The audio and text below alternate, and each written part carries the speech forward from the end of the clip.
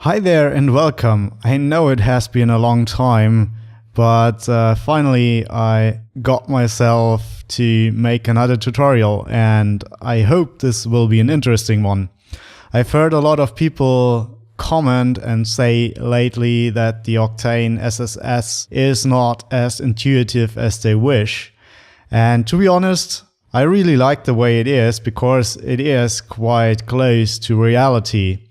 And maybe after this course, where I really try to make things as transparent as possible, you find you're quite with me in saying that the SSS in Octane is quite intuitive.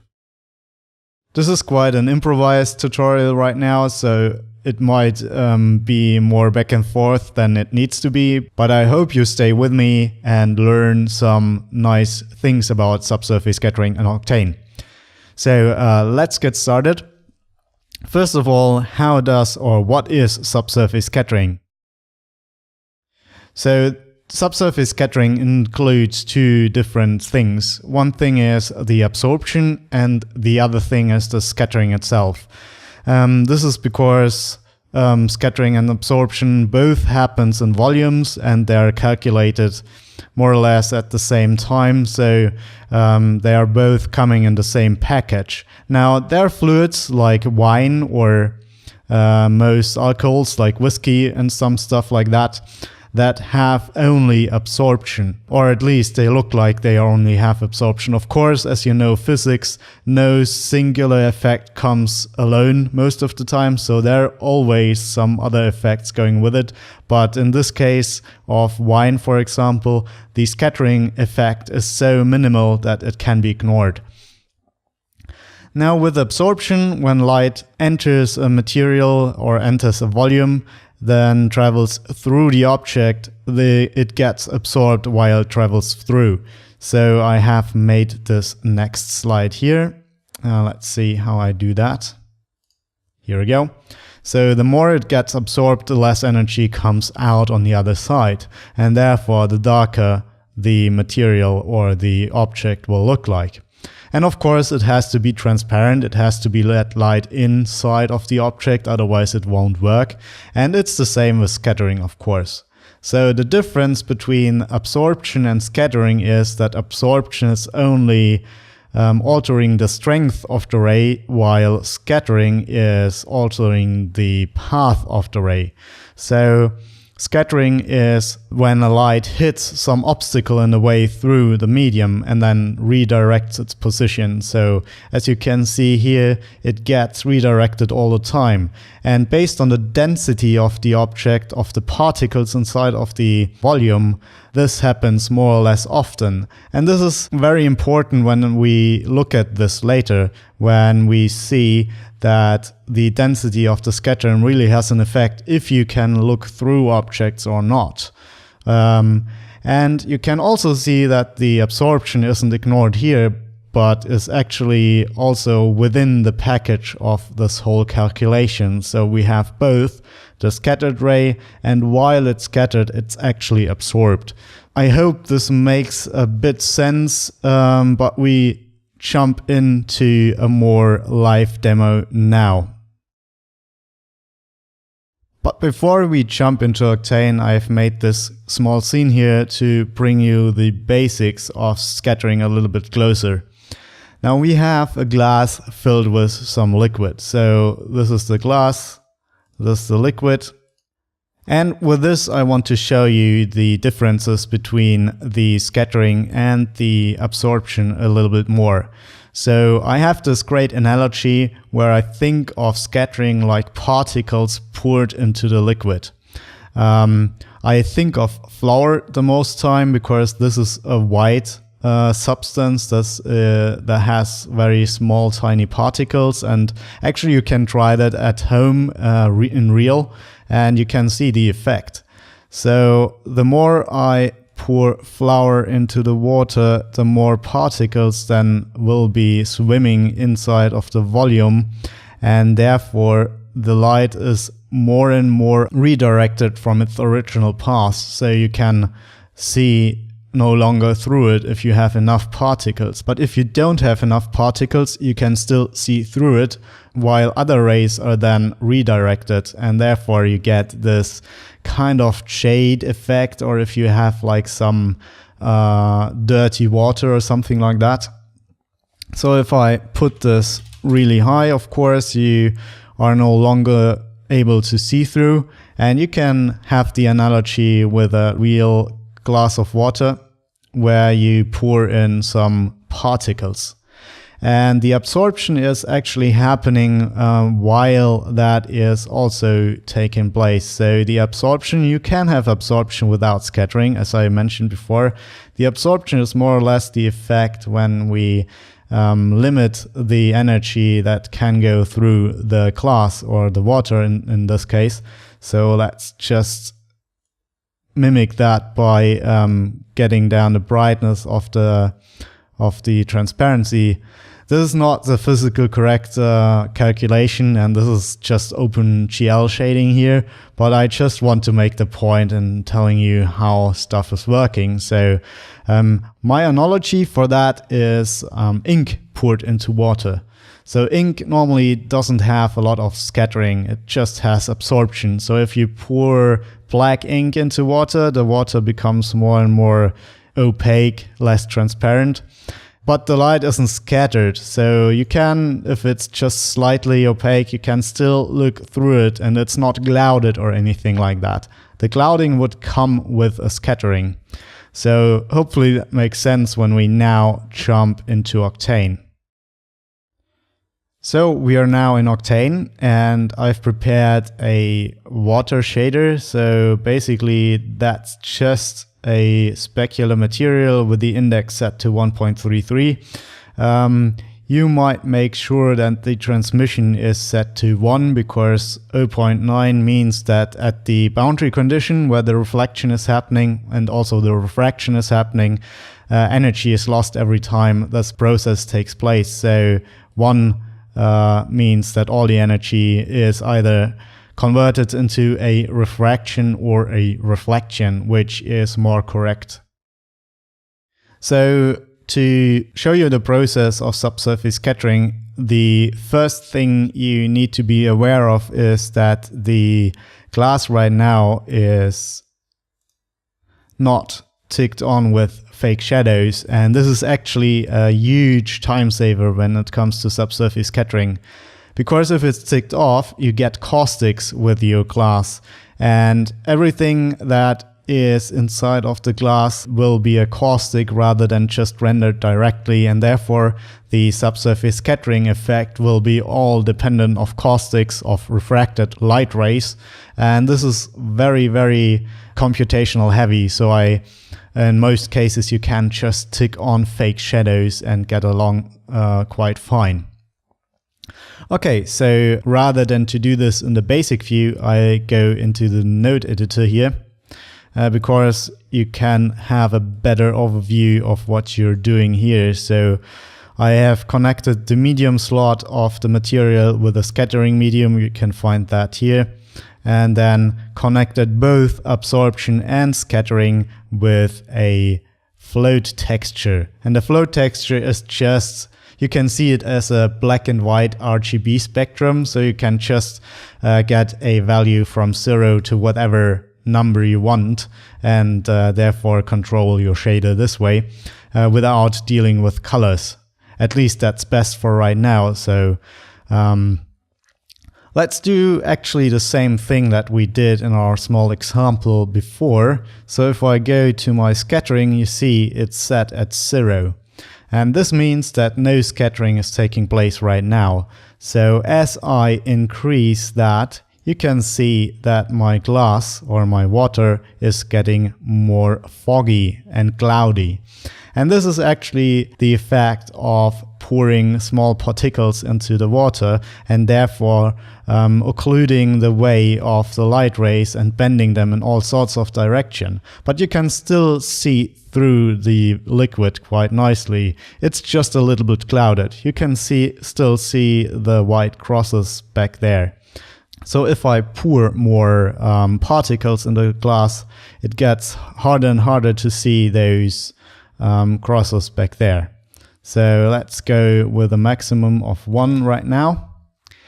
And now this looks like, I don't know, some water mixed with milk. And if we don't want to get this result, but we want to have pure milk, there's always this multiplier in the scattering medium called density. So this density multiplies the values that come in with the float in this case for the scattering and the absorption. It's important to know that both of those values get multiplied. So if you have an absorption here, also the material gets more absorbent as you multiply that value. Now, just to demonstrate this, let's take this up to 1000, and you can see that the material is now looking more densely filled with particles. It actually looks a bit like, I don't know, not really like snow, but like less like water or fluid and more like a solid object. I hope that all makes sense. So still, when I go back to the 0 here, there's nothing multiplied with 1000. That means there's no scattering happening. We right now see that the liquid though is a lot more absorbent, and this is due to the fact that the float value wasn't set to 1 on the absorption but to 0.95. So if I go to 1, that means that no absorption is happening, and no absorption multiplied by 1000 is still no absorption. Now you're wondering why the absorption is set the other way around. You would expect to be it the same way. So 0 here in the scattering is no scattering, and 0 here would mean no absorption. This is because if I tell you when color comes into play, it can be a little bit counterintuitive. So in version 3, they changed the absorption to be rather inverted. So if you don't want to do that, you can have this tick off, and then it works the same way as the scattering. So now for a black and white example, let's just do some scattering. We already did that, but let's go ahead and then just add maybe a little bit of particles into the fluid, and then add some ink into the fluid. So let's add a little bit of ink here, and you can immediately see that the black ink in this case, because it's not colored, has a drastic effect on the brightness of the scattering or of the overall rendering, because it absorbs light in between those scattering points. Now let's move next to our color. So let's see what color is doing to our scattering medium. So let's just delete those nodes here, and let's just take an RGB spectrum and put it into the scattering and into the absorption. So here we go. Now come on, don't be shy, go in there. Okay, so we're almost getting the same effect right now. This is because we don't have any color in there. So first of all, let's turn the scattering down to 0. Right, so we are left only with the absorption. Now let's set this back to 100 to get a better overview or a better range in our absorption scale. So right now, normally this would be turned on. So let's just turn it on. And the reason this is turned on and inverted is that we just can set a color here and get the corresponding color in the absorption. So let's go for a red color or an orange color, and you can see it looks like rosé wine or something like that. So if we want to do red wine, we have to absorb more of the color here, even more red, so it gets darker. The other way around, you could do that, not darkening those, but just multiplying the density to 500 maybe. You can see that the fluid also gets darker by that. So the way it worked in version 1 and 2 was that you set, what you set here was the color that was absorbed. So I still find that way around more intuitive, but you can end up with the wrong colors. And I think a lot of users find that counterintuitive. So this is a debate whether you want to do that or not. So let me show you the other way around. So right now you're absorbing all red light, so 1 means all, and you're almost have no absorption from the green and blue wavelength. So when light travels through the medium, there is no red light coming through, and all that's left is blue and green spectrums of light.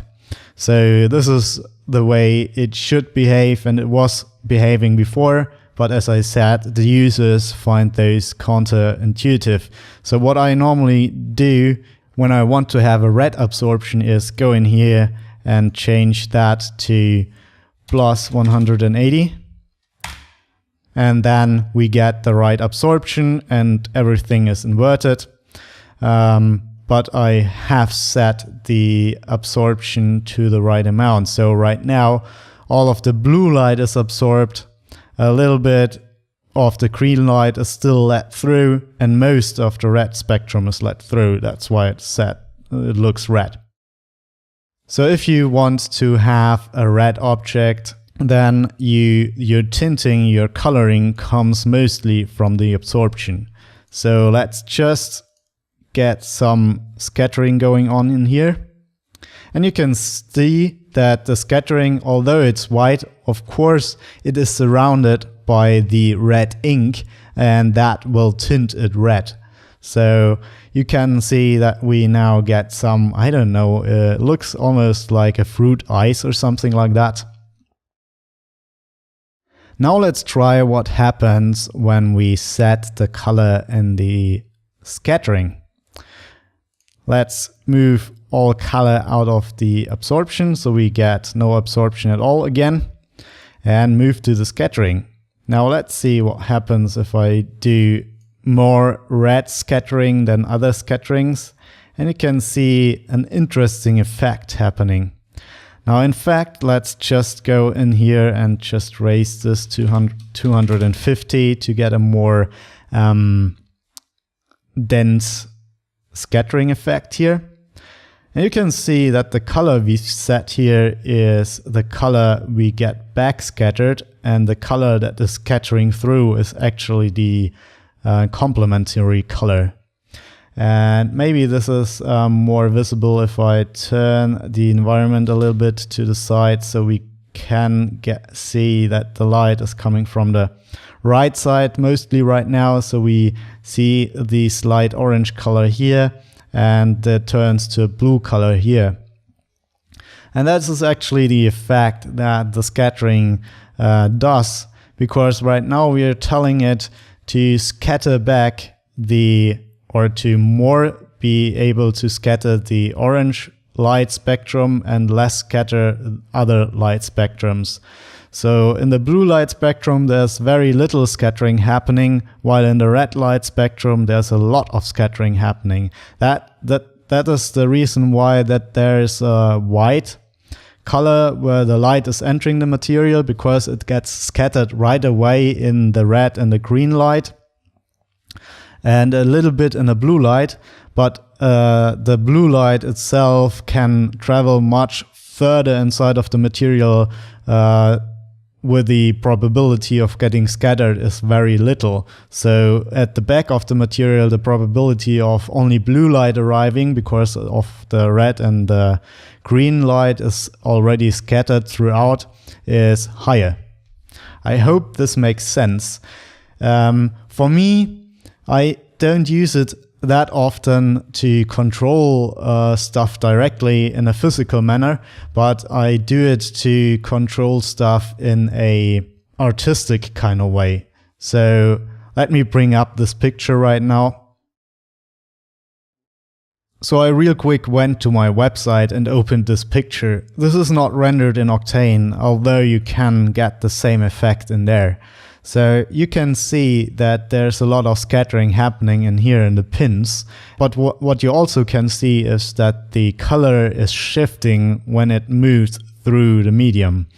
And this is actually the same effect that I did right now by changing the color of the scattering itself. So the absorption is controlling the overall color, while the scattering color is controlling that nice gradient that comes here. And scattering seems to look a lot more nicely if you have some subtle variations in the hue of the coloring while it moves through the material. So if we want to achieve a coloring effect, as I said, it should be done within the color of the material. So let's get something reddish going on here. So let's absorb less red light.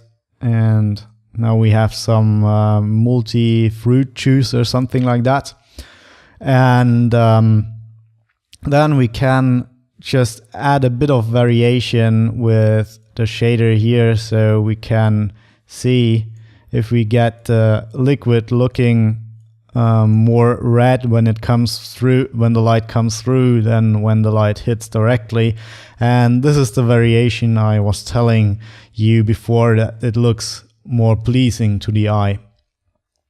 Now there is one small limitation, and this is when you want to color your object. I didn't touch even on the subject why we need subsurface scattering. Subsurface scattering, of course, is evident in a lot of materials, in a lot of real-world situations. So mostly in food and in skin and in leaves and everywhere. So you can have a wide variety where you can use it, but in most cases there's texturing on it. And in fact, if I try to texture my inputs of absorption or scattering, it won't work. So let me just show it to you. Let's just use this checkerboard here to demonstrate that. Let's use a transform to make it a little bit smaller. I'm not sure what's up with the node view right now. It's a little bit jumpy and it doesn't connect right away. Strange things happening here. Goes to the machine. So let's go with a smaller scale here, and you can see that the absorption isn't showing up that checker pattern. And this is because this absorption just takes in one singular values. And if the values vary, it just chooses a value on the lower left side of the UV space and then sticks with it. So what do we need to do to get this working as a texture on the object? So let's unblock it right now, and of course there's a workaround, but the workaround is a bit strange. So because it doesn't involve volumetric calculation. So let me just real quick get this fixed here. So to do that, I want to get no absorption at all. So I take that down, and then I get the scatters actually inside of the transmission, because the transmission is the coloring the light will get when it enters the material. So now we can see that there's something happening. Right now this is just either the light goes through or it doesn't go through, but you can still use colored textures to go in there. So for example, if I take the gradient and move it on there, and then instead of black and white we go with red and white or something like that. Oh, let's make it purple. You can see now we can have colored subsurface scattering. This is not real volumetric absorption that's happening right now. The coloring is given the light ray as it enters the material, but this is as close as you can get with the workflow that you can use in Octane. One aspect that is overlooked by many can be the material surface structure, because that still comes into play. Now, if you want to make soap or something, it is actually very different in the surface structure from water, for example, because water has a very mirror-like surface, while soap is very rough. So you still have to go in here and change the roughness. And this makes your surface look different. So if I want to go for soap or something like that, I'm almost sure it will not look like soap at all. Well, let's go with a red absorption, or let's make the absorption orange. Something like that. And of course now the scattering is still missing. I set it to 0 before, so I'll just set it to 1 now. And this is looking much more like shampoo or soap than if you just did that with a mirror-like surface, because this now looks like a fluid because you can see straight reflections, and you can, on the edge up here, can still look through it.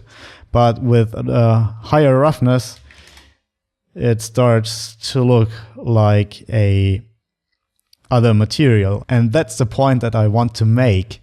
It's just also come into the equation that the roughness is still relevant for creating a material, and the subsurface scattering is not taking that away from you. Okay, that was quite a long one, but I hope that was very informative and useful to a lot of users that got stuck with the subsurface scattering inside of Octane, and hopefully I could give you a good overview what the settings are doing. Obviously I didn't do all of what is possible in here. There's also the possibility to get emission from it. But other than that, I think I covered it rather well. So hopefully I have the time in the future to do more such tutorials with in-depth knowledge about Octane, or in general physics of rendering. Yeah. So stay safe and happy rendering. Bye.